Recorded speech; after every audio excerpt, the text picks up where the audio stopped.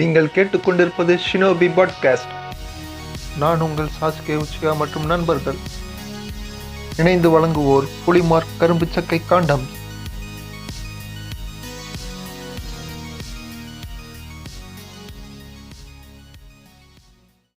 Shinobi podcast நேயர்கள் அனைவருக்கும் வணக்கம். நான் தான் உங்கள் நிஜி ஹூகா. ஃபர்ஸ்ட் எபிசோட் எல்லாரும் கேட்டுட்டு நல்லா இருக்கு, சூப்பராக இருக்குன்னு சொல்லி ஃபீட்பேக் கொடுத்துருந்தீங்க. நல்லா பாசிட்டிவான ஃபீட்பேக் தான் வந்துட்டுருக்கு. டாபிக் நல்ல டாபிக், ரொம்ப நாள் வெயிட் பண்ணதுக்கு நல்ல டாபிக் எடுத்து பேசியிருக்கேன் அப்படின்னு நிறைய பேர் சொன்னீங்க. எல்லாருக்கும் என்னோட நன்றிகள். இதுதான் நல்லா போய் சொல்ல முடியும். உங்களுக்காக அடுத்தடுத்த பாட்காஸ்ட் நிறைய வந்துக்கிட்டே இருக்குது, கேட்டுக்கிட்டே இருங்க. இன்னைக்கு எபிசோடில் போன எபிசோடோட கண்டினியூஷன் பார்ட்டிஷன் ஆஃப் இந்தியாவோட எபிசோட் 2 நான் உங்கள்கிட்ட பேச வந்திருக்கிறேன். டாபிக் உள்ள போகிறதுக்கு முன்னாடி போன எபிசோடில் என்ன பேசணும் அப்படிங்கிறத ஷார்ட்டாக ஒரு தடவை ரீகேப் கொடுத்துட்றேன். இந்தியாவோட கண்டிஷன் நிறையா கட்டுக்கோப்பு இல்லாமல் போயிட்டுருக்கு, கட்டுப்படுத்த முடியாத அளவுக்கு போயிட்டுருக்கு. அப்படிங்கிற காரணத்தினால அப்போதைய பிரதமர் கிளமெண்ட் அட்லி புதிய வைஸ்ராயா மவுண்ட் பேட்டன் நியமிக்கிறாரு. மவுண்ட் பேட்டன் என்ன சொல்கிறாரு, எனக்கு மன்னரை விட அதிகாரம் கொடுத்தா மட்டும்தான் நான் வைஸ்ராயா பதவி ஏற்றுக்கிறேன் அப்படின்னு சொல்லாமல் சொல்கிற காரணத்தினால அவருக்கு மன்னரோட அதிகாரம் கொடுத்துட்டு மவுண்ட் பேட்டன் கிளம்பிடுறாரு இந்தியாவோட வைஸ்ராயா பதவி வைக்கிறதுக்கு. இந்தியாவோட வைஸ்ராயா மவுண்ட் பேட்டன் பதவி வைக்கிறதுக்கு முன்னாடி அங்கே யார் பதவியில் இருந்தாருன்னு பார்த்தீங்கன்னா வைஸ்ராயா வேவல் தான் இருந்தார். வேவல் கை கொடுத்துட்டு உங்களை சந்தோஷமாக வரைக்கும்னு ஆசைப்படுறேன், என்னால் முடியலை அப்படின்னு சொல்லிடுறாரு. அதுக்கப்புறமா அவர்கிட்ட ஆப்ரேஷன் மேட் ஹவுஸ் அப்படின்னு ஒரு ஃபைலை கையில் கொடுத்துட்டு கிளம்புறாரு. என்ன ஆப்ரேஷன் மேட் ஹவுஸ் அப்படின்னு எழுதியிருக்கீங்க அப்படின்னு கேட்குறப்ப, இந்தியாவை பார்த்துக்கிறது கிட்டத்தட்ட ஒரு பைத்தியக்கார விடுதியை பார்த்துக்கிற மாதிரி தான் அப்படின்னு சொல்லிட்டு கிளம்பிடுறாரு.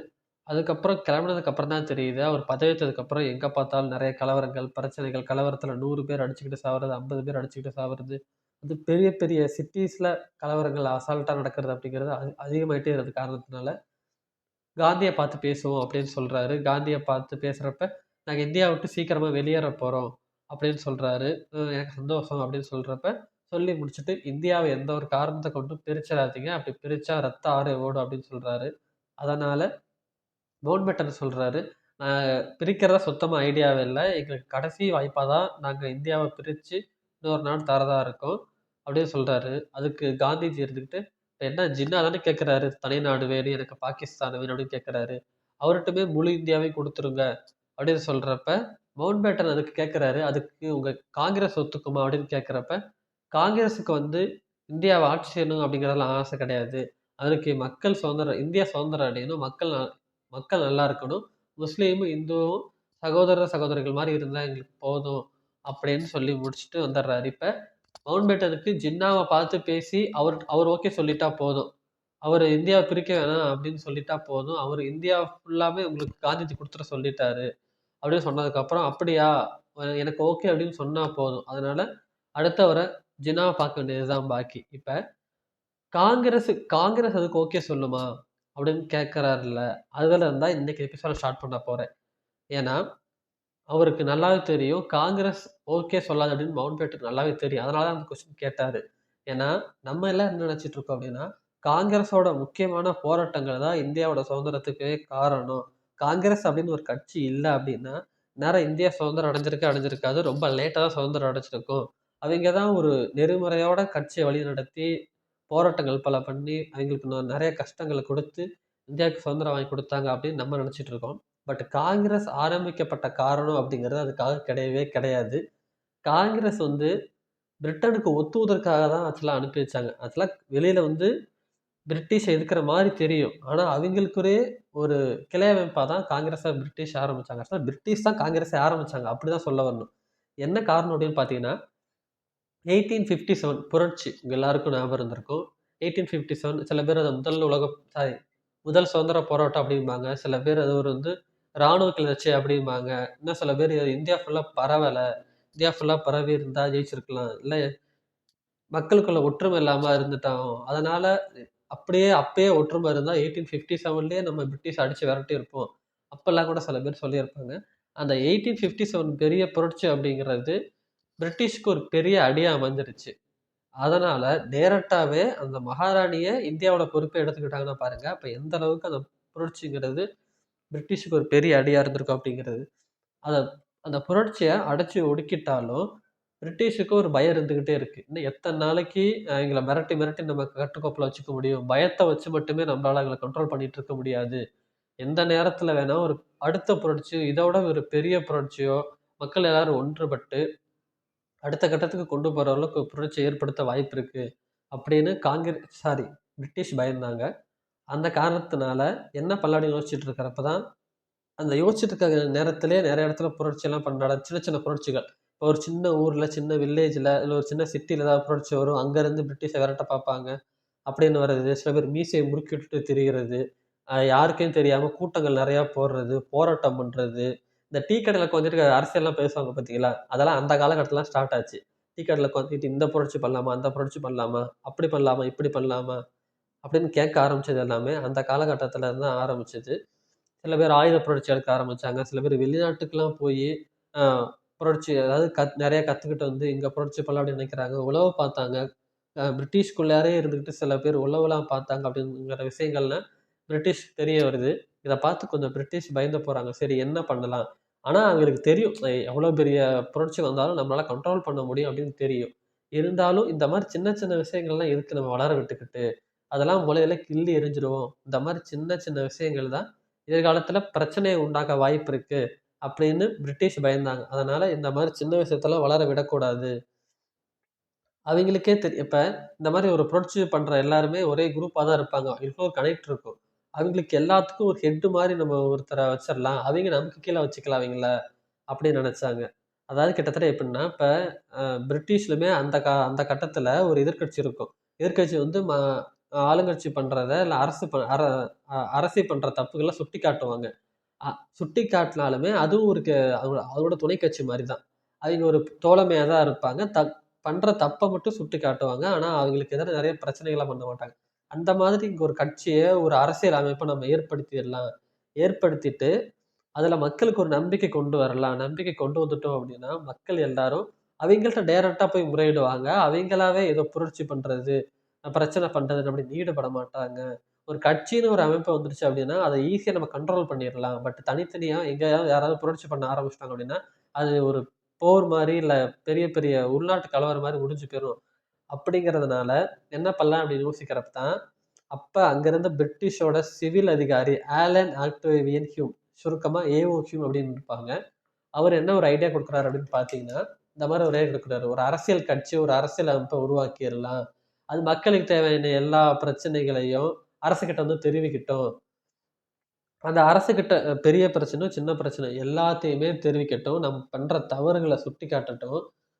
ரொம்ப ஒரு பெரிய வலிமை வாய்ந்த அமைப்பு மாரி அத வெளிய காட்டிக்கிட்டோம். நம் அ அந்த கட்சி நெனச்சா என்ன வேணாலும் செய்யலாம் அப்படிங்கிற மாரி காமிச்சுக்கிட்டோம். அவைங்க வந்து நம்மள திட்டி பேசட்டும், எதிர்த்து பேசட்டும். நம்ம பண்ற தப்புகளையும் சுட்டிக்காட்டட்டும். மக்கள நம்ப வைப்போம். ஆனாலும் அப்படிங்கிறப்ப என்னப்பா இப்படிலாம் பண்ணா, ஆ நம்ம ஆட்சி கவிஞ்சிராதா அப்படிங்கிறப்ப, இல்ல இல்ல. ஆனா, அது எல்லாமே நம்மளோட அரசுக்கு கீழ தான் வர மாரி பார்த்துக்குவோம். நம்ம அரசுக்கும், பிரிட்டனுக்கும் கீழ தான் வருமே தவிர, அவைங்களா அதிகமா சுதந்திர முடிவு எடுக்காத மாரி பார்த்துக்குவோம் நம்ம. அப்படின்னு ஒரு ஐடியா குடுக்குறாங்க. இந்த கட்சியில மேல் தட்டுல இருக்கிறவைங்க, ரொம்ப மதம் வெறிகள் பிடிச்சவங்க, நல்ல பணக்காரங்களா சேர்த்துக்குவோம். அவைங்க தான் ஃபேமஸா இருப்பாங்க. சின்ன சின்ன ஆள சேர்க்காம கொஞ்சம் ஃபேமஸா அந்த டைம்ல இருக்கிறவைங்க, நெறைய படிச்சவைங்க, அறிவாளிங்க, பணக்காரங்க, தொழிலதிபர்கள் இந்த மாரி கட்சியில இருக்கிறவங்கள நம்ம சேர்த்துக்கிட்டோம் அப்டின்னா, கட்சி இன்னும் ஃபேமஸ் ஆகும். நல்லா ரீச்சும் ஆகும். அதனால நம்ம பயப்பட தேவையில்ல அப்டின்னு சொல்றாரு. பிரெக்சிட் ஆட்சியில குறை நிறை எல்லாத்தையும் அது மாரி சொல்லுவாங்க. ஏன்னா, இப்ப நெறைய குறைய மட்டுமே சொல்லிட்டு இருந்தாலுமே டவுட் வர வாய்ப்பு இருக்கு. குறையும் சொல்லட்டும். அதே மாரி இருக்கிறது நம்ம நல்லது பண்ணோம் அப்டின்னா, நல்லதையும் அதுங்க போய் வெளிய சொன்ன மாரி இருக்கும். நமக்கு கொஞ்சம் சந்தோஷமா தான் இருக்கும். இப்ப குறைய மட்டும் சொல்லாம, நெறையும் சொன்னாங்க அப்டின்னா, ப மக்களுக்கு ஒரு நம்பிக்கை வரும். பரவால்லப்பா குறை மட்டும் சொல்லல. நல்லது பண்றதையே சொல்றாங்க. அப்படிங்கிறத சொல்லட்டும். அவிங்களே குறைய சொல்லிட்டு, அதுக்கான சொல்யூஷனே அவிங்களே சொல்லிறட்டும். பிரச்சனையே வராதுல்ல நமக்கு. அப்படியெல்லாம் ஐடியா குடுக்குறாரு ஆலன் ஐடேவியன் ஹியூம் ஆக்சுவலா. ஆ அது நமக்கு அதுக்கான நெறைய சொன்னதுக்கப்புறம், நம்ம சின்ன சின்ன விஷயத்த நிறைவேத்தி வச்சுருவோம். அப்பதான் மக்கள் நம்ப ஆரம்பிச்சுருவாங்க. அப்படிலாம் ஐடியா குடுக்குறாரு. இதனால ஒரு கட்சி ஆரம்பிக்கிறாங்க. எப்போன்னு பார்த்தீங்கன்னா, 1885ல டிசம்பர் 28ல இந்தியா தேசிய காங்கிரஸ் அதாவது எப்படின்னா, ஒரு பாதுகாப்பு வால்வு மாதிரி தான். ஒரு வடிகால் மாதிரி தான் ஆரம்பிச்சாங்க அந்த கட்சி ஆக்சுவலா. 1885ல டிசம்பர் 28ல ஏஓ ஹியூம் வந்து தொடங்கி வைக்கிறாரு. எங்க பார்த்தீங்கன்னா, பாம்பேல நடக்குது. அதோட முதல் மாநாடு பார்த்தீங்கன்னா, பாம்பேல நடக்குது. இப்போ ஒரே ஒரு வருஷம் மட்டும் சும்மா பெருசா ஆரம்பிச்சுட்டு விட்டா அது ஃபேமஸ் ஆயிடாதுல்ல. அதுக்கடுத்த ஆண்டுல கல்கத்தா, அதுக்கடுத்து டெல்லியில, அதுக்கடுத்து சென்னையில அப்படின்னு பெரிய பெரிய இடத்துல நடக்குது. அதால எந்த அளவுக்கு அத புஷ் பண்ண முடியுமோ, பெரிய ஃபேமஸான கட்சி அப்படின்னு புஷ் பண்ண முடியுது. எந்த அளவுக்கு ஆங்கிலேயர்கள்ட்ட அ தன்னோட குறைகள சொல்றாங்க அப்படின்னு நல்லா புஷ் பண்ண முடியுமோ, அந்த அளவுக்கு அத புஷ் பண்ண பார்க்குறாங்க. ஆனா, எங்கெங்கலாம் மாநாடுகள், கூட்டங்கள்லாம் போறாங்களோ, அந்த இடத்துல ஆங்கில கவர்னர் ஜெனரல் யார் இருக்காங்களோ, அவைங்கள கூட்டு வந்து தான் சிறப்பு பேச்சாளரே வைப்பாங்க. இப்ப அவர கூட்டிட்டு வந்துட்டு, அங்க யார் பேசுறாங்களோ, அவைங்களுக்கு வந்து வாங்க வாங்கன்னு கை குடுத்து வரவேற்று, சால்வையெல்லாம் போத்தி விட்டு, மாலையெல்லாம் குடுத்தான்னா, அவரு போய் என்ன ஆங்கில அதிகாரி திட்டியா பேசப் போறாரு? திட்டி பேச முடியாது. நம்ம வாங்க வாங்கன்னு வரவேத்து ஒருத்தர் சால்வைலாம் போத்தி நம்மள வரவேற்கிறார் அப்படின்னா, அவர போய் திட்டி பேச போறாங்களா? இருக்கிற ஃபர்ஸ்ட்டு ஸ்டார்ட்டிங்ல நடக்கிற எல்லா மாநாட்டுக்குமே ஒரு ஆங்கில அதிகாரியோ, ஒரு ஆங்கில கவர்னர் ஜெனரலோ இருந்ததுக்கு அப்புறம் தான் அதனோட கூட்டத்தையே ஆரம்பிப்பாங்க. அப்ப பார்த்துக்கோங்க. அதாவது ஆங்கிலேயர திட்டி பேசப் போற ஒரு மாநாட்ல, ஒரு கூட்டத்துல ஆங்கில அதிகாரி தான் முக்கியமான ஆளா இருக்கிறாரு. அப்ப எப்படி பேசியிருப்பாங்க அப்படின்னு நல்லா நெனச்சு பாருங்க. இருக்கிறத என்னென்ன பேசணும், யார் பேசணும், எல்லாத்தையுமே என்னைக்கு டேட்ல பேசணும் எல்லாத்தையுமே ஒரு ஆங்கில அதிகாரி தான் முடிவெடுப்பாரு. அந்த மாதிரி தான் ஒரு காங்கிரஸ் கட்சி ஃபர்ஸ்ட்டு ஆரம்பிச்சது. எப்படி பேச ஆரம்பிப்பாங்க பார்த்தீங்கன்னா, "மகாராணியே நீங்கள் வாழ்க! உங்கள் குலம் வாழ்க! உங்கள் ஆட்சி வாழ்க! நீங்கள் நீடூழி வாழ்க! நீங்க நினைக்கிறது எல்லாமே நல்லதாவே இருக்கட்டும். எல்லாமே நல்லதாவே நடக்கட்டும். நீங்க பல வருடங்கள் நல்லா இருக்கணும் அப்படின்னு நினைக்கிறோம். நீங்க பிரிட்டன் ஆட்சி செஞ்சுட்டு மிச்ச நேரத்துல எங்களுக்கு ஏதாவது பார்த்து பண்ணுங்க." அப்படின்னு சொல்லிட்டு தான் இந்தியாவுல இருக்கிற பிரச்சனைகள் எல்லாத்தையும் அவிங்கள்ட்ட போய் மனுக்களா எழுதி போடுவாங்க. அதுவும் மனுக்கள் எப்படி எழுதி போடுவாங்கன்னு பார்த்தீங்கன்னா, "அன்புள்ள ஐயா" அப்படின்னு ஆரம்பிச்சு, "தயவு செஞ்சு இந்த வேலைய முடிச்சு தாங்க. அப்படி செஞ்சா தான் உங்களுக்கு அப்படி செஞ்சீங்க அப்படின்னா, நாங்க உங்களுக்கு எப்பயுமே கடமைப்பட்டுருக்கோம், கடன்பட்டுருக்கோம். உங்கள நன்றி உள்ளவங்களா இருப்போம்." அப்படின்னு தான் முடிப்பாங்க. பாருங்க, "அன்புள்ள ஐயான்னு" ஆரம்பிச்சு, "தயவு செஞ்சு இந்த வேலைய முடிச்சு தாங்க." அப்படின்னு தான் ஒரு முடிக்கிறாங்க ஒரு கடிதத்த. அப்படின்னா எந்த அளவுக்கு அவங்க விசுவாசியா இருந்திருக்காங்கன்னு நெனச்சு பாருங்க. காங்கிரஸ் கட்சி ஆரம்ப காலகட்டத்தில எந்த அளவுக்கு விசுவாசியா இருந்திருக்கிறாங்க அப்படின்னு நெனச்சு பாருங்க. அது மட்டும் இல்லாம பிரிட்டிஷ் வந்தனால தான் இந்த அளவுக்காவது ஓரளவுக்கு நாடு நல்லா இருக்கு. இந்த பாரத நாடு ஓரளவுக்கு வளர்ச்சி அடைஞ்சிருக்குன்னா, இந்த பிரிட்டிஷும், இந்த பிரிட்டிஷோட அரசியும் தான் காரணம். அரசு தான் காரணம். எல்லாரும் நல்லா இருக்கிறதுக்கு காரணமே பிரிட்டிஷ் தான். இவங்க தான் சிதறி சிதறி கிடந்த இந்தியாவ ஒண்ணா ஒண்ணா சேர்த்து ஒரு நாடா உருவாக்கி பெருமித கொள்ள வச்சிருக்கிறாங்க. அப்படிலாம் சொல்றாரு. காங்கிரஸ் கட்சியில இருந்த ஆரம்ப கால தலைவர்கள் தாதாபாய் நௌரோஜி, சுரேந்திரநாத் பானர்ஜி அவைங்கலாம் பார்த்தீங்கன்னா, பிரிட்டிஷோட நீண்ட ஆயுளுக்காக நாங்க போய் கோயில்லாம் போய் வேண்டிக்குவோம் அப்பல்லாம் சொல்லியிருக்கிறாங்க. அ ஆனா இதுக்கு எதுக்காக பண்ணாங்க பத்தின்னு பார்த்தீங்கன்னா, இந்தியாவோட மக்களோட நன்மதிப்ப பெறணும் அப்படின்னு தான் பிரிட்டிஷ் பண்ணது. ஆனா வெளிய பரவுச்சு அப்படின்னு பார்த்தீங்கன்னா, இது ஒரு இந்தியாவுக்கான தேசிய இயக்கமா பரவவே கிடையாது. அவங்க நினைச்சது எல்லாருமே இந்தியாவோட ஒரு தேசிய இயக்கமா, இந்திய மக்களுக்கான ஒரு இயக்கமா இருக்கணும். அப்படிதான் நினைச்சாங்க. ஆனா வெளியில எல்லாரும் எப்படி பார்த்தாங்க அப்படின்னா, ஒரு ஹிந்துக்களோட அமைப்பு இது. ஹிந்துக்களுக்கான கட்சி. ஹிந்துக்கள் இதுல போய் எத சொன்னாலும் அத நிறைவேத்தி குடுத்துருவாங்க காங்கிரஸ். அப்படின்னு தான் எல்லாரும் பார்த்தாங்க. இதுக்கு என்னென்ன காரணம்னு பார்த்தீங்கன்னா, இந்த காலகட்டத்தில வந்து பார்த்தீங்கன்னா, இந்திய மக்கள்ட்ட இந்த சமூக சீர்திருத்த அலைகள்லாம் அதிகமா ஆரம்பிச்சது. ஆன்மீக அலையும் நெறைய பரவ ஆரம்பிச்சது. இந்த உடன்கட்டை ஏறுறத ஒழிச்சிருப்பாங்க கேள்விப்பட்டிருப்பீங்க. இந்த மாட புனிதமாக்குறது, மாட்டுக்கறி சாப்பிட்டா தப்பு, மாட்ட கொல்லக்கூடாது, மதம் மாற்றுறதெல்லாம் தப்பு, இந்து மதம் புனிதமானது. இங்க இருந்து அந்நியர்கள எவ்வளோ சீக்கிரம் வெளியேத்த முடியுமோ, அவ்வளோ சீக்கிரம் வெளியேத்தணும். அப்படிலாம் பேசிட்டு இருந்தாங்க. இங்க அந்நியர்கள் அப்படின்னு சொல்றது பிரிட்டிஷ கிடையாது. முஸ்லீம சொல்ல ஆரம்பிச்சுட்டாங்க நெறைய பேரு. ஏன்னா அந்நியர்கள் வந்து பிரிட்டிஷ் வந்து ஆட்சி செஞ்சுட்டு இருக்காங்களாம். அவைங்கள சொன்னா பிரச்சனை ஆயிரும். அதனால முஸ்லீம்கள் தானே இங்க அந்நியர்களா வந்தவங்க. அவைங்க தானே வந்தேறி அப்படியெல்லாம் சொல்ல ஆரம்பிச்சுட்டாங்க.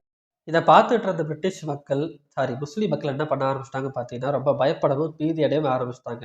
ஏன்னா இது சொல்றது எல்லாமே முஸ்லீம் மக்களுக்கு எதிர்வா சொல்ற மாரியே இருக்கு. மதம் மாத்துறது பாவம் அப்படின்னு சொல்றாங்க. மாட்ட கொல்லக்கூடாதுன்னு சொல்றாங்க. இறைச்சி மாமிசம் உண்ணக்கூடாதுன்னு சொல்றாங்க. அதுவும் மாட்டுக்கறி அப்படின்னா ரொம்ப பாவம். அத நம்ம சாப்பிடவே கூடாது அப்படிலாம் சொல்றாங்க. இதெல்லாம் இத்தன நாளா சொல்லாம திடீர்னு என்ன சொல்ல ஆரம்பிச்சுட்டாங்க? எல்லாம் காங்கிரஸ் கூட இருக்கிற தைரியத்துல சொல்ல ஆரம்பிச்சுட்டாங்களா? ஏன்னா, அப்பதான் அதெல்லாம் சொல்ல ஆரம்பிக்கிறாங்க. அதுக்கு முன்னாடி ஒருத்தர் 2 பேர் சொல்லிட்டு இருந்தாலும், பரவலா பரவிட்டு இருக்கு. இந்து மதம் தான் பெரிய மதம். கிட்டத்தட்ட 40% மக்கள், முஸ்லீம் மக்கள் அப்ப இந்தியாவுல இருந்தாங்க. அப்படி இருந்தாலுமே, இங்க வந்து இந்துக்களோட நாடு தான் இது. இந்துக்களுக்கான நாடு இது. இந்து மதம் தான் பெரிய மதம். இறைச்சி சாப்பிடுறது பாவம். மாட்ட கொல்லக்கூடாது. மாடு சாமி. அப்படிங்கிறதெல்லாம் அந்த காலத்துல தான் அதிகமா பரவ ஆரம்பிச்சுட்டு இருந்துச்சு.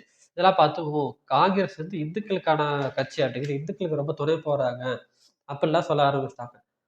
அக்டோபர் 16 1905 பார்த்தீங்கன்னா வங்கத்தை ரெண்டா பிரிச்சுட்டாங்க. அததான் வங்க பிரிவினை அப்படின்னு படிச்சிருப்போம் நம்ம. யார் பிரிச்சா அப்படின்னு பார்த்தீங்கன்னா கர்சன் பிரபு தான் இந்த இதை பிரிச்சிருப்பாரு. ஏன் ஏன் அப்படி பிரிச்சாரு அவர் சொல்ற காரணம் என்னன்னு பார்த்தீங்கன்னா இதனால முஸ்லீம்களுக்கு ஒரு நல்லது நடக்க வாய்ப்பு இருக்கு. ஏன்னா சில இடத்துல முஸ்லீம்கள் அந்த வங்கத்துல முஸ்லீம்கள் அதிகமா இருக்கிறாங்க. ஆனா பவர் வந்து யார்ட்ட இருக்கு பார்த்தீங்கன்னா இந்துக்கள்ட்ட தான் அதிகமா இருக்கு. அதனால பிரிச்சுட்டோம் அப்படின்னா முஸ்லீம்களுக்கு நல்லது நடக்கும் அப்படின்னு அவர் நினைச்சு பிரிச்சாரு அப்படின்னு அவர் சொல்றாரு. ஆனா உண்மை என்னன்னா பிரிவினை ஏற்படுத்திட்டா மக்கள் அடைச்சுக்குவாங்க அப்படிங்கிறது தெரிஞ்சது கர்சன இப்ப அதை பிரிச்சாரு. அதாவது கிழக்கு வங்காளா, மேற்கு வங்காளா அப்படின்னு பிரிச்சாரு. இப்ப ஈஸ்ட் பாகிஸ்தான் இப்ப அதுதானே கிழக்கு வங்காளம் தான் ஈஸ்ட் பாகிஸ்தான் இருந்துச்சு. அதுதான் அப்புறம் பா பங்களாதேஷா மாறுனுச்சு. இப்ப கிழக்கு வங்காளம், மேற்கு வங்காளம் 2ஆ பிரிச்சுட்டாங்க. கிழக்கு வங்கத்துல பார்த்தீங்கன்னா முஸ்லீம்கள் அதிகம். மேற்கு வங்காளத்துல பார்த்தீங்கன்னா இந்துக்கள் அதிகமா இருந்தாங்க. ஆனா இது மக்களுக்கு சுத்தமா பிடிக்கவே இல்ல. அந்த பிரிச்சு ஆள்றதெல்லாம் எங்களுக்கு வேணாம். எங்களுக்குள்ள பிரச்சனைகள் இருந்தாலும் நாங்க ஒற்றுமையா தான் இருக்கோம். அப்படின்னு பல பிரச்சனைகள், பல்வேறு போராட்டங்களுக்கு அப்புறமா இந்த ஒற்றுமையை பார்த்து பயந்து 1911ல திரும்ப வங்காளத்த 2ஆ பிரிச்சத 2ஆ இணைச்சுட்டாங்க. மக்கள் சந்தோஷமாயிட்டாங்க. ஆனா, காங்கிரஸ் கட்சியில இத பார்த்ததுக்கப்புறம் நெறைய மாற்றங்கள் ஏற்பட ஆரம்பிச்சது. ஆனா, நெறைய மாற்றங்கள் ஏற்பட்டாலுமே, அது இந்துக்களோட கட்சியா தான் பார்த்தாங்க. எப்படி மாற்றங்கள் ஏற்பட ஆரம்பிச்சது பார்த்தீங்கன்னா, காங்கிரஸ் வந்து பிரிட்டிஷ்ட்ட என்ன கேட்க ஆரம்பிச்சுட்டாங்கன்னா, "எத்தன நாளைக்கு தான் நீங்க மட்டுமே ஆட்சி செஞ்சுட்டு இருப்பீங்க? எங்களுக்கும் ஆட்சியில கொஞ்சம் பங்கு குடுங்க. நிர்வாகத்துல கொஞ்சம் பங்கு குடுங்க." அப்படின்னு கேட்க ஆரம்பிச்சுட்டாங்க. அத கெஞ்சி கேட்கல, மிரட்டி கேட்கல, பணிவா "எங்களுக்கும் கொஞ்சம் தாங்க. கட்சின்னு நாங்க ஒண்ணு இருக்கோம்ல. மக்களுக்கு கொஞ்சம் நம்பிக்கை வரணும் அப்படின்னா, அ பதவி ஆட்சியில எங்களுக்கு கொஞ்சம் பவர் குடுங்க. நீங்க தான் மெஜாரிட்டியான பவர்ல வச்சிருப்பீங்க. உங்களுக்கு கீழ நாங்க இருந்துக்கிறோம்." அப்படின்னு கேட்க ஆரம்பிச்சுட்டாங்க. இத பார்த்த மக்கள் எல்லாம் கொதிஞ்சு எழுத ஆரம்பிச்சுட்டாங்க. முக்கியமா முஸ்லீம் மக்கள். என்ன காரணம் அப்படின்னு பார்த்தீங்கன்னா, "சுயராஜ்யம் எனது பிறப்புரிமை. அத நான் அடைஞ்சே தீரு" அப்படின்னு பாலகங்காதர தலைவர் ஒரு பக்கம் சொல்லிட்டு இருக்கிறப்ப, அதே காங்கிரஸ் கட்சியில இருந்த சில பேரு, "அ முழு சுதந்திரம் எங்களுக்கு தேவையில்ல. கொஞ்சம் சுதந்திரம் எங்களுக்கு குடுங்க. உங்களுக்கு கீழ நாங்க இருந்துக்கிறோம்" அப்படின்னு கேட்க ஆரம்பிச்சது எந்த வகையான நியாயம்? நாங்க கேட்டது முழு சுதந்திரம் தானே தவிர, பிரிட்டிஷ் கீழ நாங்க இருந்துக்கிறோம் அப்படிங்கிறது எந்த வகையான நியாயம்? அதுக்கு பிரிட்டிஷ் டைரக்டாவே ஆட்சி செஞ்சுட்டு போயிரலாமே. பிரிட்டிஷ்க்கு கீழ நம்மளுக்கு கொஞ்சம் பவர் குடுத்து என்ன பண்ண போறீங்க? அப்படின்னு மக்கள் கேட்க ஆரம்பிச்சுட்டாங்க. அதுவும் முஸ்லீம் மக்கள், என்ன திடீர்னு காங்கிரஸ் மாத்தி மாத்தி பேசிட்டே இருக்கிறாங்க அப்படிங்கிறப்ப, காங்கிரஸ் மேல ரொம்ப நம்பிக்கை இல்லாம போயிருச்சு. அது மட்டும் இல்லாம 1900க்கு அப்புறம் காங்கிரஸ் பார்த்தீங்கன்னா, நிர்வாகத்துல பங்கேற்க ஆரம்பிச்சுட்டாங்க. அதுக்கப்புறம் ஹிந்திய வந்து ஆட்சி மொழியா அறிவிங்க, அபிஷியல் மொழியா அறிவிங்க அப்படின்னு கேட்க ஆரம்பிச்சுட்டாங்க. இதுக்கு வந்து சார் நாங்க பரிசீலனை பண்றோம் அப்படின்னு பிரிட்டிஷ் சொல்ல ஆரம்பிச்சுட்டாங்க. இத கேட்டு இதுதான் வந்து முஸ்லீம் மக்கள் ரொம்ப கொதிச்சல் ஆறதுக்கு காரணம். ஏன் நாங்க இருக்கிறதுல கண்ணே தெரியலையா? நாங்க அதிகமா உருது மொழி தானே பேசுறோம். அப்படியா? காங்கிரஸ் எல்லாருக்குமான கட்சி. இந்துக்களுக்கான கட்சி இல்ல. இந்திய மக்கள் மொத்த எல்லாத்துக்குமான கட்சி அப்படின்னா, உருதே சொல்லட்டுமே. ஹிந்தி அண்ட் உருது 2மே இருக்கட்டுமே. அதே ஹிந்தி மட்டும் சொல்லுது காங்கிரஸ். அப்படிலாம் கேட்க ஆரம்பிச்சுட்டாங்க. இதெல்லாம் பார்த்துக்கிட்டு இருந்த முஸ்லீம் வந்து இதுக்கு மேல தனியா நம்ம அமையறது சரி வராது. இனிமே நம்ம ஏதாவது பண்ணியே ஆகணும். அப்படிங்கிறதுனால தான் அவைங்க அதுக்கப்புறம் தான் முஸ்லீம் லீக் ஆரம்பிச்சு, தனியா அவங்களுக்கான கோரிக்கைகள் எல்லாத்தையும் கேட்க ஆரம்பிச்சுட்டாங்க. இப்ப நம்ம ஜின்னா பக்கம் வருவோம். இப்ப மவுண்ட் பேட்டன் ஜின்னாவ பார்த்து அவர்ட்ட சொன்னதுக்கப்புறம் அவர் ஓகே சொல்லிட்டா, இந்தியா பிரிக்க வேணாம். இந்தியா முழுவதையுமே ஜின்னாகிட்ட குடுத்துறலாம் அப்படிங்கிற பிளான்ல இருந்து நம்ம சொல்ல ஆரம்பிக்கிறேன். சரிங்களா? இப்ப ஜின்னாவ பார்த்துட்டு பேச ஆரம்பிக்கிறாரு. ஜின்னா கரகரத்த குரல்ல "வாங்க மவுண்ட் பேட்டன்" அப்படின்னு வரவேற்கிறப்ப, "உங்களுக்கு ஒரு நல்ல செய்தி கொண்டு வந்திருக்கிறேன். நீங்க எதிர்பார்க்காத செய்தியாவே இருக்கும். எனக்கு எந்த இது வேணாம். எனக்கு எப்போதுமே அவர் வாயில இருந்து ஒரே வார்த்தை எனக்கு பாகிஸ்தான் வேணும். இத தவிர இதுக்கு மறுப்பு தெரிவிக்கிறதா இருந்தா நீ விட்டுருங்க. வேற ஏதாவது பேசணும்னா பேசுங்க" அப்படின்னு தான் ஆரம்பிப்பாரு யார்ட்ட இருந்தாலும். இல்ல அத விட ஒரு அதிகமான நல்ல செய்திய கொண்டு வந்திருக்கேன். காந்தி ஒத்துக்கிட்டாரு அப்படின்னு சொல்றாரு. எதுக்கு ஒத்துக்கிட்டாரு? பாகிஸ்தான் தானே நீங்க கேட்டீங்க. ஆனா ஒரு முழு இந்துஸ்தானையும், முழு இந்தியாவையுமே உங்களுக்கு குடுக்க சொல்லிட்டாரு காந்தி. அப்படியா? காந்தி அப்படியா சொன்னாரு? எல்லாத்தையும் எனக்கே குடுக்க ஒத்துக்கிட்டாரா? அப்படின்னு ஆச்சரியமா கேட்கறாரு. ஆமா. காந்தி வந்து உங்களுக்கே எல்லாத்தையும் குடுக்கறதா ஒத்துக்கிட்டாரு. அப்படி சொல்றாரு. எனக்கு சந்தோஷம் தான். முழு இந்தியாவ ஆட்சி செய்ற எனக்கு ஒரு எந்த பிரச்சனையும் கிடையாது. நீங்க ஆக வேண்டியத பாருங்க அப்படின்னு சொல்லிட்டு கிளம்பிட்டாரு. மவுண்ட் பேட்டனுக்கு ஒரே சந்தோஷம். நான் ஏதோ பெரிய பிரச்சனை ஆகப் போகுது. நம்மளால கட்டுப்படுத்த முடியாத அளவுக்கு பிரச்சனை வரப்போகுது. எப்புட்றா இத தீர்க்கப் போறோம் அப்படின்னு மண்டைய பிச்சுக்கிட்டு இருந்தோம். பரவாயில்லையே! நம்ம நெனச்சு போனது ஒரு காரியம். ஆனா நடந்தது ஒரு காரியம் அப்படிங்கிற மாரி சந்தோஷமான முடிஞ்சிருச்சு. அப்படின்னு சந்தோஷத்தோட, சரி இனிமே நேருகிட்டயும், பட்டேல்கிட்டயும் சொல்லிட்டா போதும்பா. அப்படின்னு சொல்லிட்டு காங்கிரஸ் கட்சியில போய் நேருவும், பட்டேலையும் பார்க்குறாரு. இந்த மாதிரி சொல்றாரு. காந்தி வந்து முழு இந்தியாவுமே ஜின்னாட்ட ஒப்படைக்கிறதா சொல்லிட்டாரு. அவருக்கு வந்து இந்துக்களும், முஸ்லீம்களும் சந்தோஷமா, சகோதரமா, ஒற்றுமையா இருந்தா போதும் அப்படின்னு அவர் சொல்றாரு. ஜின்னாட்ட சொன்னேன், ஜின்னாவும் ஒத்துக்கிட்டாரு. இப்ப நீங்க 2 பேர் மட்டும் ஓகே சொன்னா போதும் அப்படின்னு சொல்றப்ப, நேருவும் பட்டேலும் நெவர் நாங்க அதுக்கு என்னைக்குமே ஒத்துக்க மாட்டோம். நாங்க தான் ஆட்சி செய்யணும் இத. இந்தியா வந்து இந்துக்களுக்கான நாடு தான். முஸ்லீம்கள் வேணா கொஞ்சம் இருந்துட்டு போகட்டும். ஆனா பவர் வந்து நாங்க தான் பவர்ல நாங்க இருக்கணும். ஏன்னா, இத வந்து உங்களுக்கு சொல்லி புரிய வைக்க முடியாது. இந்த சுதந்திரம் வாங்குறதுக்காக நாங்க எவ்வளோ கஷ்டப்பட்டுருக்கோம். இந்தியாவோட வந்து கலாச்சார பண்பாட்டெல்லாம் முஸ்லீம் லீக்காலயோ, ஜின்னாவாலயோ என்னைக்கும் புரிஞ்சுக்க முடியாது. உங்களாலயும் புரிஞ்சுக்க முடியாது. நாங்க ஆட்சி செஞ்சா தான் இது கரெக்ட்டா இருக்கும். அதனால முஸ்லீம் லீக்கிட்டயோ, ஜின்னாகிட்டயோ இந்தியா முழுவதும் தர்றதுக்கு நாங்க ஒத்துக்க முடியாது. காந்தி சொன்னதுக்கு நாங்க மறுப்பு தெரிவிக்கிறோம். பாகிஸ்தான் வேணும்னா அவங்க பிரிச்சுட்டு போகட்டும். ஆனா இந்தியாவுக்குள்ள நாங்க தான் இருப்போம். முழு இந்தியாவையும் ஜின்னாக்கு தர்றதுக்கு நாங்க ஒத்துக்க மாட்டோம். அப்படின்னு சொல்லிட்டாரு. இப்ப இதுல இருந்து ஜின்னாவ பார்க்க ஆரம்பிப்போம். இது போய் நேர்ல போய் ஜின்னாவ திரும்ப பார்க்குறாரு. ஏன் காந்தி ஒத்துக்கிட்டாரு. ஆனா நேருவும், பட்டேலும் ஒத்துக்க முடியாதுன்னு சொல்றாங்க. இந்தியா ஃபுல்லாத்தையும் உங்களுக்கு தர்றதுல அவங்களுக்கு துளி கூட விருப்பம் இல்ல அப்படின்னு சொல்லிட்டாங்க. நீங்க ஏன் பாகிஸ்தான் வேணும், பாகிஸ்தான் வேணும் ரொம்ப அடம் பிடிக்கிறீங்க? பிரியாம ஒரே தேசமா இருந்தா, இந்தியா அப்படிங்கிறது எவ்வளோ பெரிய நாடா இருக்கும். அத பார்க்கப்ப எவ்வளோ அழகா இருக்கும். அதே நீங்க பிரிக்கணும் அப்படின்னு ஆசைப்படுறீங்க. ஒரே நாடா இருந்துட்டு போகுது. காந்தியடிகள் அததான் விரும்புறாரு. அவரால இந்துக்களும், முஸ்லிம்களும் ஒற்றுமையா இருக்க முடியும். சகோதரத்துவமா அடிச்சுக்காம இருக்க முடியும் அப்படின்னு சொல்றாரு. நீங்க ஏன் இப்படி இருக்கிறீங்க? முஸ்லிம்களுக்கு ஒரு நாடு வேணும் அப்படின்னு ஏன் அவ்வளோ அடம் பிடிக்கிறீங்க? எப்ப கேட்டாலும் எனக்கு பாகிஸ்தான் வேணும். எனக்கு தனி நாடு வேணும். இதே தான் சொல்றீங்களே தவிர, வேற எதுவும் சொல்லவே மாட்டேங்கிறீங்க. நீங்க கொஞ்சம் யோசிச்சு பாருங்களேன். இந்தியா பிரிக்காமயே இருந்துட்டு போகுது. அப்படின்னு சொல்றப்ப, இல்ல, இல்ல அதுக்கெல்லாம் ஒத்துக்க முடியாது. எங்களுக்குன்னு ஒரு தனி நாடு வேணும். முஸ்லிம்களுக்குன்னு ஒரு தனி நாடு வேணும். அப்படின்னு கராரா சொல்லிட்டாரு. ஏன் இவ்வளோ அடம் பிடிக்கிறீங்க? அப்படின்னு கேட்கிறப்ப, உங்கள்ட்ட காந்தி என்ன சொன்னாரு? இந்துக்களும், முஸ்லிம்களும் ஒற்றுமையா இருக்க முடியும்னு அவர் சொன்னாரா? எத வச்சு இந்துக்களும், முஸ்லிம்களும் ஒற்றுமையா இருக்க முடியும் அப்படின்னு சொல்றீங்க? நாங்க சாப்பிடுற சாப்பாடுல இருந்து, போடுற ட்ரெஸ்ல இருந்து, கும்பிடுற கடவுள்ல இருந்து எல்லாமே எங்களுக்கும் இந்துக்களுக்கும் சுத்தமா ஆகவே ஆகாது. நாங்க மாட்டுக்கறிய ரொம்ப விரும்பி சாப்பிடுவோம். அவர் மாடு புனிதம் அப்படிங்கிறாரு. எப்படி எங்களுக்குள்ள ஒத்து வரும்? அ நீங்களே பார்த்து தானே இருக்கிறீங்க. நீங்க வைஸ்ராய் பதவியேற்றதுல இருந்து எத்தன கலவரங்கள், எத்தன பிரச்சனைகள், எத்தன இறப்புன்னு பார்த்து தானங்க இருக்கிறீங்க. எந்த ஒரு காலகட்டத்தையும் இந்துவும், முஸ்லீமும் இன்னைக்கு வரையுமே அதான் உண்மை.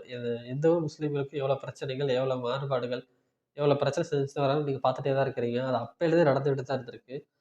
அதனால எந்த ஒரு காரணத்த கொண்டும் இந்தியாவ பிரிச்சே தான் ஆகணும். முழு இந்தியாவையும் எனக்கு தர்றதுனா தாங்க. இல்ல எனக்குன்னு தனி நாடா பிரிச்சு குடுத்துருங்க. அப்படின்னு சொல்லிட்டு போயிட்டாரு. இது எந்த அளவுக்குன்னா, 1947ல கிட்டத்தட்ட ஏப்ரல் மாசம் மட்டுமே ஒரு 6 முறை மவுண்ட் பேட்டன் போய் ஜின்னாவ பார்த்திருப்பாரு. மவுண்ட் பேட்டன் நெறைய குறிப்புலாம் எடுத்துட்டு போய், நெறைய ஹிண்ட் எடுத்துட்டு போய், என்னென்ன பேசணும், எப்படி பேசணும், எந்த மாதிரி பேசணும், எந்த மாதிரிலாம் பேசினா ஜின்னாவ மடக்கிர்லாம். ஏன்னா, அவர் பேசல கொஞ்சம் கில்லாடி. அப்படிங்கிறதுனால எப்படிலாம் பேசலாம் அப்படின்னு நெறையா குறிப்பெடுத்துட்டு போய், நெறையா பிராக்டிஸ் பண்ணிட்டு போய் பேசுவாரு. ஆனா, ஒரே வார்த்தையில எனக்கு பாகிஸ்தான் வேணும். இத பத்தி பேசுறதா மட்டும் பேசுங்க. வேற ஏதாவது பேசுங்க. பாகிஸ்தான பிரிக்கிறத பத்தி பேசுங்க. ஆனா, நம்ம பாகிஸ்தான பிரிக்க முடியாது. இந்தியா ஒரே நாடா இருக்கும். அப்படிங்கிறத பத்தி என்னைக்கும் பேசிறாதீங்க. அப்படின்னு ஒரே வார்த்தையில போய் முடிச்சு விட்டுருவாரு. நீங்க பெருமையா சொல்லிட்டு இருக்கீங்க. இந்தியா என்பது எவ்வளவு பெரிய தேசம் தெரியுமா? அப்படின்னு சொல்லிட்டு இருக்கீங்க. இந்தியா என்னைக்குமே ஒரே தேசமா இருந்தது கிடையாது. அந்த பல நாட்டோட தொகுப்பு தான். நீங்க தான் அத ஒரே நாடு, ஒரே நாடுன்னு சொல்லிட்டு இருக்கீங்க. நீங்க தான் எங்கள ஆட்சி செய்றப்ப எல்லாத்தையும் ஒரே நாட்டா போட்டு ஆட்சி செஞ்சீங்களே தவிர, அது எப்பவுமே ஒரே நாடா இருந்ததே கிடையவே கிடையாது. அது ஒரு தொகுப்பு தானே தவிர, ஒரே நாடு கிடையாது. அத நாங்க பிரிச்சுட்டு போறோம். அதுல உங்களுக்கு என்ன பிரச்சனை இருக்கு? அப்படின்னு கேட்கிறப்ப, இப்ப நீங்களே யோசிச்சு பாருங்களேன். நீங்க ஒரு வக்கீல் தான். நீங்க நடத்துற ஒரு கேஸ் வச்சு நான் உங்களுக்கு சொல்றேன். நீங்க நீங்க ஒரு கேஸ் நடத்திய ஞாபகம் இருக்கா? அண்ணனுக்கும் தம்பிக்கும் ஒரு கேஸ் நடந்துச்சு. 2 பேத்துக்கும் சொத்து பிரச்சனை வந்துச்சு. அப்ப 2 நீங்க ஒருத்தர் தம்பிக்கு சாதகமா இருந்தீங்க. 2 பேத்துக்கும் பிரிச்சு குடுத்துட்டீங்க. இப்ப இப்ப சொத்த பிரிச்சு குடுத்துட்டு 2 பேரும் நீ யாரோ, நான் யாரோன்னு வேற பக்கம் போயிட்டாங்க. ஆனா 3, 4 வருஷம் கழிச்சு 2 பேரும் சுமூகமா சேர்ந்துக்கலையா? அ இப்ப 2 பேரும் நீங்களே பார்க்குறீங்கல்ல. நீங்க எடுத்த கேஸ் தான் அது. நீங்க நடத்துன கேஸ் தான். இப்ப 2 பேர் சொத்து இழந்துருச்சு. இங்க 2 பேர் இழந்துட்டாங்க. அதே மாரி இப்ப பாகிஸ்தான பிரிச்சு குடுத்தாலுமே, ஃபியூச்சர்ல கண்டிப்பா இந்தியாவும், பாகிஸ்தானும் சேர்ந்துருவாங்க. அவைங்களால பிரிஞ்சு இருக்க முடியாது. அப்படின்னு மவுண்ட் பேட்டன் சொல்றாரு. நீ சேர்றதுன்னா அப்புறமா சேர்ந்துக்கட்டும் சார். இப்போதைக்கு நீங்க பிரிச்சு குடுத்துருங்க. எனக்கு இப்போதைக்கு பாகிஸ்தான் வேணும் அப்படின்னு கராரா சொல்ட்டாரு. எப்படி? சேர்றதுன்னா அப்புறமா சேர்ந்துக்கிட்டோம். இன்ன வரையிலும் சேரவே இல்ல. சேர்றதுன்னா அப்புறமா சேர்ந்துக்கிட்டோம். இப்போதைக்கு பிரிச்சு குடுத்துருங்க. அப்படியே சொல்லிட்டாரு. என்னப்பா அவரு யோசிக்கிறாரு. என்ன எவ்வளோ பேசினாலும் இவரு புரிஞ்சுக்கவே மாட்டேங்கிறாரே! இவர்ட்ட என்னதான் சொல்ல புரிய வைக்கிறது? அப்படியே அவருக்கு ரொம்ப கன்ஃப்யூஷனா இருக்கு. கிட்டத்தட்ட ஏன்னா ஏப்ரல் மாசம் ஒரே மாசத்துல 6 தடவ போய் பார்த்துருக்கிறாரு. காந்தி ஓகே சொல்ட்டாரு. நேரு, பட்டேல் ஒத்துக்க மாட்டேங்கிறாங்க. ஜின்னாவ எப்படியாவது சமாளிச்சிடணும் அப்படின்னு எப்படி எப்படிலாம் ட்ரை பண்றாரு. ஆனா அவரு ஒத்துக்க மாட்டேங்கிறாரு. திரும்ப சொல்றாரு. அவரு சனாதன தர்மத்த ஆதரிக்கிறாரு. நான் ஒரு ப்ரவுட் ஹிந்துங்கிறாரு காந்தி. சனாதன தர்மத்த ஆரம்பிக்கிறாரு. நாட்டை சுத்த சொல்றாரு. அவரு போற ட்ரெஸ்ஸ பாருங்க. எல்லாத்தையுமே அவரு ஹிந்து மதத்துக்கு ஆதரவா தான் செயல்பட்டுட்டு இருக்கிறாரு. எப்படி இது பண்ண முடியும்? நான் அது கூட இருக்க முடியும் சொல்லுங்க. மக்களுக்கு தேவையான எல்லா தகவல்களும், தெரிஞ்சுக்க வேண்டிய விஷயங்களும் பகவத்கீதையில இருக்குங்கிறாரு. இந்த மாதிரி அவர் சொல்ற எல்லாருமே ஹிந்துக்கு ஆதரவா தான் இருக்கே தவிர, எதுவுமே முஸ்லீம்களுக்கு ஆதரவா, முஸ்லீம்களுக்கு சேஃபா சொல்ற மாரி எதுவுமே இல்ல. அவர் சொல்ற எல்லாமே இந்துக்களுக்கு ஆதரவா தான் இருக்கு. சனாதனத்த தூக்கி ரொம்ப பிடிக்கிறாரு. ஜாதிய 4 வர்ண கோட்பாடு இருக்குங்கிறாரு. ஜாதிய தூக்கி பிடிக்கிறாரு. எல்லாமே இப்படி இருக்கிறப்ப, நாங்க எப்படி இந்துக்களோடயோ, இந்தியாவோடயோ சேர்ந்து வாழ முடியும்? எனக்கு துளி அளவு கூட விருப்பம் இல்ல இந்துக்களோட சேர்ந்து வாழ்றதுல. அப்படின்னு சொல்லிட்டு சின்ன கிளம்பிடுறாரு. இந்தியாவ பிரிக்கிறது அப்படிங்கிறதுனால யாருக்கும் எந்த பிரச்சனையும் வரப்போறது கிடையாது. பிரிச்சு குடுக்கறது மட்டும் தான் உங்க வேல. அதுக்கப்புறம் நாங்க அடிச்சுக்கிறோம், புடிச்சுக்கிறோம். அதுக்கப்புறம் வர கலவரங்களுக்கோ, பிரச்சனைகளுக்கோ நீங்க தீர்வாக மாட்டீங்க. நீங்க பிரிச்சு குடுத்துட்டு போறது மட்டும் தான் உங்க வேல. என்னைய நான் முழுமையா நம்புறேன். எந்த பிரச்சனையும் இந்தியா சுதந்திரம் அடைஞ்சதுக்கு அப்புறம் இந்தியாவுக்கும், பாகிஸ்தானுக்கு வராது அப்படின்னு. அதுக்கப்புறம் வந்தாலும் அத நாங்க பார்த்துக்கிறோம். அது எங்க வேல, எங்க பிரச்சனை. உங்க பிரச்சனையும் உங்க வேலை கிடையாது. அத நினைச்சு நீங்க ஏன் ஃபீல் பண்றீங்க? அப்படியெல்லாம் சொல்லி முடிச்சிடுறாரு. இப்ப இவ்வளோ கராரா பாகிஸ்தான் வேணும்னு கேட்கிறாரு. முஸ்லீம் லீக்ல எல்லாருமே அப்படிதான் இருந்தாங்க அப்படின்னு பார்த்தீங்கன்னா, அப்படி கிடையாது. இவரு தான் ரொம்ப கராரா எனக்கு பாகிஸ்தான் வேணும்.